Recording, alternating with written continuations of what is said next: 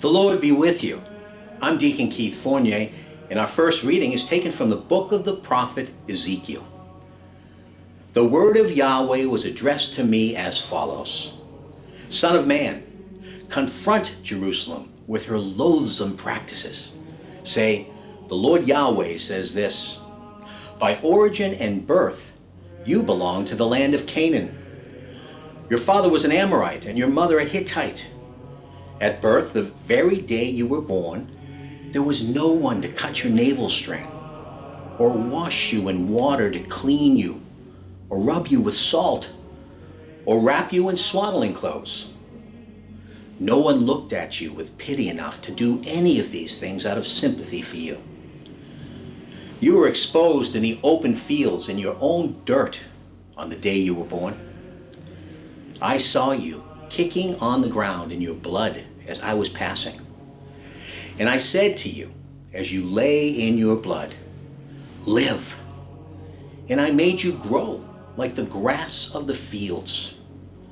You developed, you grew, you reached marriageable age.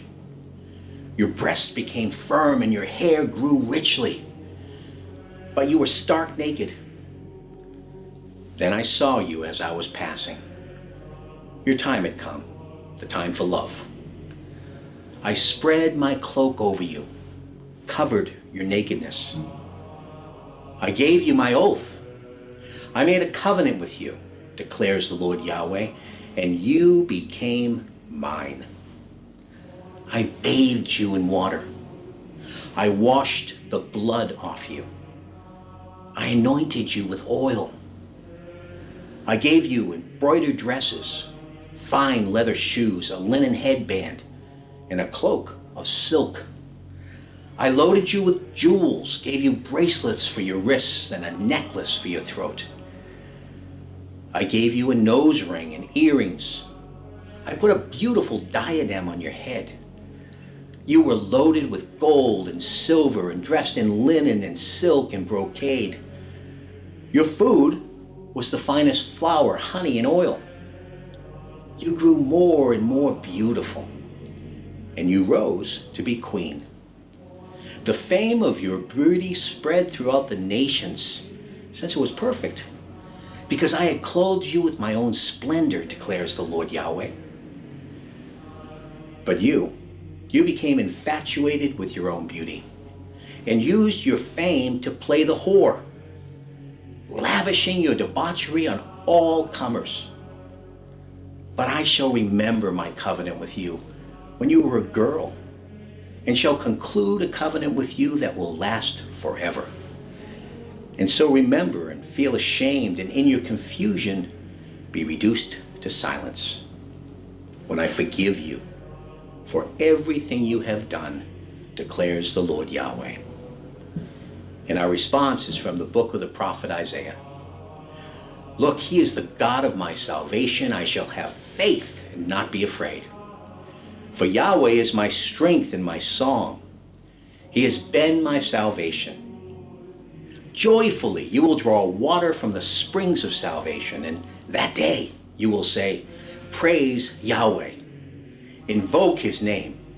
Proclaim his deeds to the people. Declare his name sublime. Sing of Yahweh, for his works are majestic. Make them known throughout the world. Cry and shout out for joy, you who live in Zion. For the Holy One of Israel is among you in his greatness. A reading from the Holy Gospel according to St. Matthew. Some Pharisees approached Jesus, and to put him to the test, they said, is it against the law for a man to divorce his wife on any pretext, whatever? He answered, have you not read that the Creator from the beginning made them male and female? And that he said, this is why a man leaves his father and mother and becomes attached to his wife, and the two shall become one flesh. They are no longer two, therefore, but one flesh. So then, what God has united, human beings must not divide. They said to him, Then why did Moses command that a writ of dismissal should be given in cases of divorce? He said to them, "It was because you were so hard-hearted that Moses allowed you to divorce your wives. But it was not like this from the beginning. And now I say this to you. Anyone who divorces his wife, I'm not speaking of an illicit marriage, and marries another, is guilty of adultery."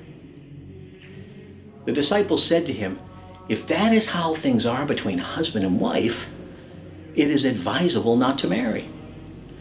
But he replied, "It is not everyone who can accept what I have said, but only those to whom it is granted. There are eunuchs born so from their mother's womb. There are eunuchs made so by human agency. And there are eunuchs who have made themselves so for the sake of the kingdom of heaven. Let anyone accept this who can." The Gospel of the Lord.